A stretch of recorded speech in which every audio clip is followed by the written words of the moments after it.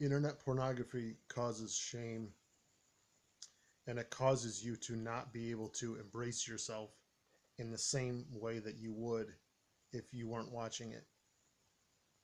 I remember when I was on it, and even though I had a successful landscaping company at the time, I remember I just didn't feel as confident in myself as I should have been. I just felt like there was just this level of low self-esteem that I had. And I know from a fact that what happens is in your head, you know that if somebody knew what you were doing, your own head judges you and thinks, man, like what a dirtball, what a dirtball. This guy is like uh, addicted to this porn. I mean, if you were to look at it from an alien's viewpoint, right? The aliens would be like, this guy is sitting in his basement watching two other people have sex, and he's sitting there jerking off to it. And the alien would be like, yeah, that's kind of weird. That's kind of weird. Why doesn't he just go out and find a real girl to have sex with? I completely think that's how the aliens would look at it. It it does seem weird if you think about it. And your conscience knows, it knows that you can't get a girl. You know? Like your conscience knows, it knows how it sees you, and that's where your self-esteem comes from. So it knows that if you're into that, I'm not saying that you can't get a girl, but on some level your mind is basically your deep down belief. That's what your mind is going to say to you, and it causes all sorts of shame.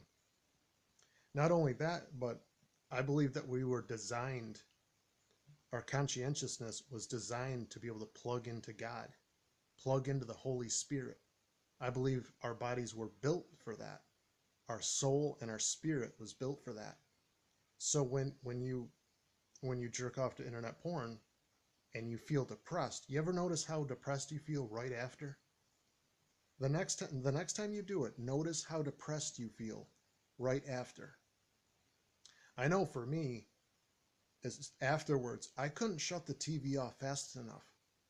I remember feeling disgust. I remember feeling a lot of shame. I remember feeling disgusted by myself.